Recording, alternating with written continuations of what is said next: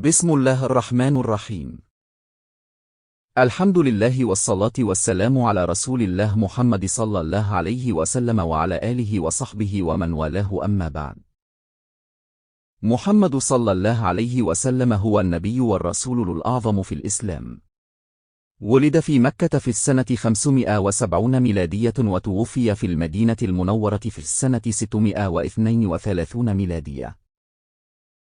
يعتبر النبي محمد صلى الله عليه وسلم خاتم الأنبياء والمرسلين، وهو الذي نزل عليه القرآن الكريم الكتاب المقدس للمسلمين.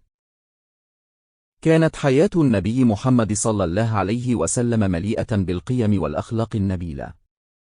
كان رحيما وشفيقا ومتواضعا، وعاش حياة يمتزج فيها العبادة والعمل الصالح.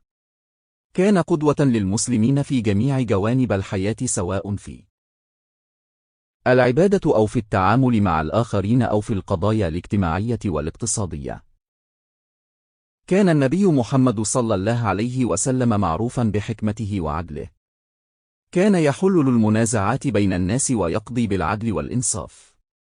كان يحث المسلمين على البذل والعطاء ومساعدة الفقراء والمحتاجين. وكان يحث على العلم والتعلم، ويقدم الأمة الإسلامية نحو التعليم والتقدم العلمي. كما كان النبي محمد صلى الله عليه وسلم رمزا للصبر والثبات. مر بالعديد من التحديات والمحن خلال دعوته للإسلام، ولكنه استمر في سبيل الله دون يأس. كان مثالا حيا للتفاني والتضحية، ولم يدخر جهدا في نشر رسالة الإسلام وتوجيه الناس إلى طريق الحق. كما كان النبي محمد صلى الله عليه وسلم رحمة للعالمين، فهو جاء ليحقق الرحمة والسلام والعدل في العالم. تعامل بلطف ولطف مع الأيتام والنساء والفقراء والضعفاء، ودعا إلى التعايش السلمي والتسامح بين جميع الأديان والثقافات.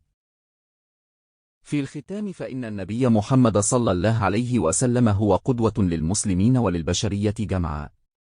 كانت حياته مليئة بالعطاء والتضحية، وقد ترك لنا تراثا عظيما من العلم والأخلاق والتوجيهات السديدة. نحن المسلمون نحتذي حذوه، ونحاول أن نتبع سنته في حياتنا اليومية، فنحن نحترمه ونحبه، ونتمنى أن نكون ممن يلتقون به في الجنة. والله تعالى أعلى وأعلم.